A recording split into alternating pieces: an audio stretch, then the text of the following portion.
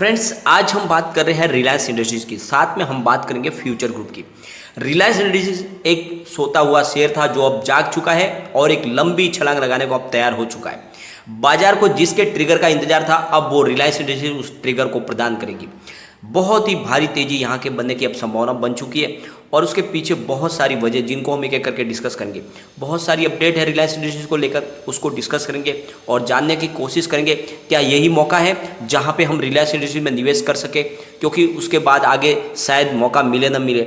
साथ में future group को लेकर बड़ी अपडेट निकल कर आई है, उसको भी हम डिस्कस करेंगे और जानने की कोशिश करेंगे आखिरकार में फ्यूचर ग्रुप का क्या निपटारा होगा, कब ये डील पूरी फाइनल हो पाएगी या होगी या नहीं होगी। तो सारी संभावनाओं को तलाशने की कोशिश करेंगे और कब जाके फ्यूचर ग्रुप के जो भी शेयर होल्डर हैं उनको अपना जो इन्वेस्टमेंट है उसके बदले में प्रॉफिट मिल पाएगा, तो उसकी सारी संभावनाओं को जानेंगे। लेकिन फ्रेंड, उससे पहले अगर आप पहली बार हमारे चैनल पे आए तो चैनल को सब्सक्राइब कर दीजिए, एक बेल आइकॉन दबा दीजिए ताकि जब भी नया वीडियो बने पहला नोटिफिकेशन आपको मिले। वीडियो पसंद आए तो लाइक शेयर जरूर कीजिए। चलो फ्रेंड्स, वीडियो स्टार्ट करते हैं। मैं हूँ आपका दोस्त SB दवे और हमारे अपने चैनल ऑनलाइन कमाई में आपका बहुत बहुत स्वागत है। सबसे पहले हम रिलायंस इंडस्ट्रीज की बात कर लेते हैं। अभी करीब 1 बजे के आसपास का टाइम है। स्टॉक ओपन हुआ है 2413 पर, इसने हाई बनाई है 2480 की, लो बनाया 2412 का और अभी करीब 2445 पर 2.41% अप पर ट्रेड कर रहा है स्टॉक। तो काफ़ी अच्छी आज इसने तेजी बनाई है, शानदार प्रदर्शन हो रहा है। अगर हम इसके वॉल्यूम को एनालिस करें तो पिछले 1 महीने पहले इसका 68 लाख का वॉल्यूम था, 1 वीक पहले 89 लाख का वॉल्यूम था, फ्राइडे को 1 करोड़ का वॉल्यूम हुआ था, आज भी 1 करोड़ का वॉल्यूम है। तो करीब 1-1.5 बजे के आसपास वॉल्यूम 1 करोड़ का हो चुका है, यानी आज वॉल्यूम बढ़ सकता है बिल्कुल। 1830 इसका 52 वीक का लो है और 2480 इसका 52 वीक का हाई है जो आज इसने बनाया। मतलब ये इसने आज नया 52 वीक का हाई बना दिया है। यहाँ से अब बड़ी तेजी बनेगी। जो जिस तरह से प्रदर्शन यह कर रहा है रिलायंस इंडस्ट्रीज का शेयर, आपको पता ही होगा पिछले कई महीनों से स्टॉक बिल्कुल अंडर परफॉर्म था, कोई तेजी नहीं बन पा रही थी। इस बीच में सेंसेक्स ने कई नई हाई बनाई, लेकिन रिलायंस इंडस्ट्रीज का स्टॉक वहीं का वही रहा। काफ़ी समय तक स्टॉक 2000 से लेकर 2200-2300 की रेंज में ये ट्रेड करता है। अब ये 2400 के पार हो चुका है, लगभग 2500 के आसपास आ गया है। बहुत जल्द लंबी तेजी बना सकता है। जैसे आपको पता ही होगा पिछले दिनों इसने प्रदर्शन किया था, बहुत ही शानदार किया था। करीब 700-800 रुपये से दौड़ते हुए स्टॉक 2100-2200 तक पहुंच गया था, लोगों को जबरदस्त मालामाल किया था। लेकिन उसके बाद में स्टॉक ने जबरदस्त नरमी दिखाई, परंतु अब ये स्टॉक रॉकेट की तरह उड़ने को तैयार हो चुका है और इसके पीछे बहुत सारी वजह है। पिछले 2-3 दिन से स्टॉक शानदार प्रदर्शन कर रहा है और आपको पता ही होगा। और इसके जो पीछे जो सबसे बड़ी वजह है कि जो इसका बिजनेस है, एक तो जियो का बिजनेस वो शानदार प्रदर्शन कर रहा है। उसके जियो के जो कस्टमर की जो कमाई है वो बहुत शानदार बढ़ गई है, यानी ARPU करीब 200 रुपीज़ बैठ रही है। साथ में जो उनका जो पेट्रोलियम का बिजनेस है उसके लिए सऊदी कंपनी अरामको के साथ में जो डील है लगभग वो फाइनल स्टेज के ऊपर पहुंच गई है, यानी बहुत जल्दी ये डील फाइनल होने वाली है। तो एक उसकी वजह से बहुत ज़्यादा इनके ऑयल सेक्टर में शानदार तेजी की संभावना बन रही है। साथ में जो ये डील है जो फ्यूचर ग्रुप के साथ में, वो भी अब फाइनल स्टेज पे बहुत जल्द हो सकता है डील हो जाए। तो ये जो तीनों इसके जो बिजनेस है वो बहुत ऊँची छलांग मारने को तैयार हो चुके हैं। यानी जियो का जो बिजनेस है उनका टेलीकॉम का, वो बिजनेस भी शानदार प्रदर्शन कर रहा है। साथ में उनका पेट्रोलियम बिजनेस भी प्रदर्शन अच्छा कर रहा है और इनका जो रिटेल बिजनेस है वो भी अच्छी परफॉर्म दिखा रहा है और इसी वजह से स्टॉक तेज़ी से दौड़ सकता है। और लगातार बहुत सारे बिजनेस एक्वायर कर रही है कंपनी। जैसे कि आपको पता ही होगा रिलायंस इंडस्ट्रीज ने ग्रीन एनर्जी में भी एंट्री कर ली है और उनका कहना है कि बहुत जल्द हम इस बिजनेस में सबसे आगे बढ़ेंगे। और पिछले दिनों यानी 2-3 दिन पहले की बात की थी जब आपको पता ही होगा इन्होंने अपने बिजनेस को एक्सपांड करने के लिए लगातार नए नए बिजनेस में रिलायंस स्ट्रेटेजिक बिजनेस वेंचर यानी RSBVL ने एक करीब उसमें 2,28,42,654 इक्विटी शेयर खरीदे 10 रुपये के भाई से स्टैंड लाइफ साइंस के। तो एक कंपनी को उन्होंने अपने नाम पे कर लिया, 393 करोड़ रुपीज़ का निवेश किया है और आगे उसमें और निवेश बढ़ाने वाले, आने वाले समय में वो 160 करोड़ रुपीज़ का और निवेश करने वाले। तो इस तरह से लगातार उनका बिजनेस बढ़ रहा है और इसकी वजह से यह स्टॉक कमाल आगे कर सकता है। और फ्रेंड्स, अगर हम इसके शेयर होल्डिंग पैटर्न को डिस्कस करें तो वहाँ से बहुत सारी पॉजिटिव बातें निकल के आ रही है। तो इसके लिए एक बार हम इसके शेयर होल्डिंग पैटर्न को भी डिस्कस कर लेते हैं। तो इसके शेयर होल्डिंग पैटर्न को हम डिस्कस करें फ्रेंड्स, तो प्रमोटर ने अपनी होल्डिंग लगातार बढ़ाई है। दिसंबर में प्रमोटर की होल्डिंग 50.54% थी, मार्च में बढ़ा के 50.58% किया और जून क्वार्टर में उसको 50.59% किया। तो लगातार प्रमोटर अपनी होल्डिंग बढ़ा रहे हैं। साथ में इनके कोई भी शेयर गिरवी नहीं है। एफआईआई की बात करें तो उनका भी निवेश लगातार बढ़ रहा है।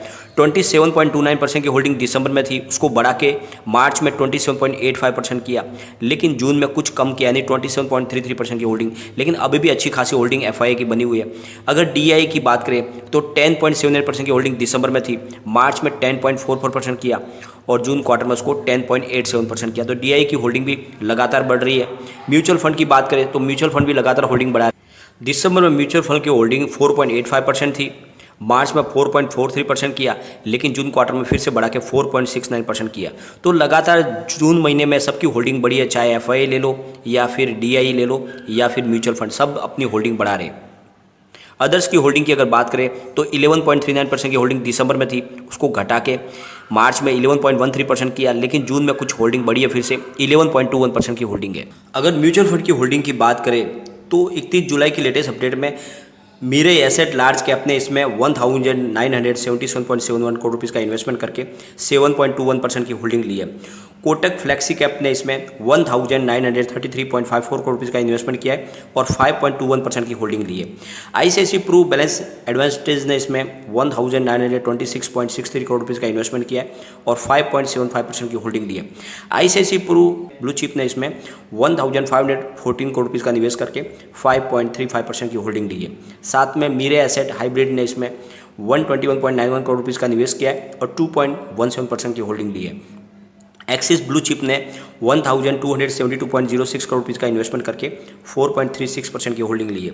एचडीएफसी टॉप 100 ने 1036.94 करोड़ रुपीज़ का इन्वेस्टमेंट किया और 5.20% की होल्डिंग ली है। आदित्य बिरला एसएल फ्रंटलाइन ने 793.02 करोड़ रुपीज़ का इन्वेस्टमेंट किया और 3.77% की होल्डिंग ली है। एचडीएफसी हाइब्रिड ने इसमें 773.41 करोड़ रुपीज़ का निवेश करके 4.20% की होल्डिंग ली हुई है। निप्पॉन इंडिया लार्ज कैप ने 732.71 करोड़ रुपीज़ का निवेश किया है और 6.96% की होल्डिंग ली है। तो शानदार होल्डिंग ले रहे हैं म्यूचुअल फंड। अगर हम इसके पिवोट लेवल की बात करें तो स्टॉक अगर यहाँ से गिरता है तो फिर 2329 की फर्स्ट इसकी सपोर्ट है, सेकंड सपोर्ट 2269 की है और थर्ड सपोर्ट इसकी 2236 की है, यानी नीचे गिरने पे ये 2236 तक जा सकता है। ऊपर की तरफ मूव करने पे 2421 इसका फर्स्ट टारगेट है जो ऑलरेडी अचीव हो चुका है। 2454 सेकंड टारगेट है जो भी आज इसने टच किया है और तीसरा टारगेट 2514 का, यानी 2500 के पार स्टॉक बहुत जल्द जा सकता है और यहाँ से लंबी नई तेजी की तरफ ये दौड़ने को तैयार हो चुका है। अब हम चलते हैं फ्यूचर रिटेल की तरफ। तो फ्यूचर रिटेल का जो मामला है सुप्रीम कोर्ट में जा चुका है। फिर से फ्यूचर रिटेल ने सुप्रीम कोर्ट में पीएलए लगाई है और जो सिंगल जज की अदालत ने जो उनके ऊपर कार्रवाई की है उसको खिलाफ उन्होंने अदालत का दरवाजा खटखटाया है और उन्होंने कहा है जल्द से जल्द हमें रिलीफ मिलनी चाहिए वरना हमारे ऊपर बड़ी कार्रवाई हो सकती है। तो अब सुप्रीम कोर्ट ने सारे उनको बोला है कि हम जल्द से जल्द आपके डॉक्यूमेंट देखने के बाद आपको डेट देंगे और इसकी कार्रवाई आगे बढ़ेगी। और इसके बीच में फ्यूचर रिटेल के जो बिजनेस है उसके बारे में जो अपडेट निकला है उसको हम डिस्कस कर लेते हैं। तो रिलायंस रिटेल जो है वो फ्यूचर कंज्यूमर के सेकंड लार्जेस्ट सबसे बड़े कस्टमर बन गए हैं। जो फ्यूचर कंज्यूमर में जो मैक्सिमम जिसकी कंट्रीब्यूशन है वो फ्यूचर रिटेल की है, तो करीब 475 करोड़ रुपीज़ का है जो माल उन्होंने खरीदा है फाइनेंशियल ईयर 2021 में फ्यूचर रिटेल ने फ्यूचर कंज्यूमर से। लेकिन साथ में जो एफएमसीजी बिजनेस है उसमें रिलायंस रिटेल भी लगातार खरीदारी कर रही है, यानी करीब फाइनेंशियल ईयर 2021 में 157 करोड़ रुपीज़ का उन्होंने खरीदारी की है फ्यूचर रिटेल से, फ्यूचर कंज्यूमर से। लेकिन फाइनेंशियल ईयर 2020 में रिलायंस रिटेल ने कोई भी खरीदारी नहीं की थी फ्यूचर कंज्यूमर से।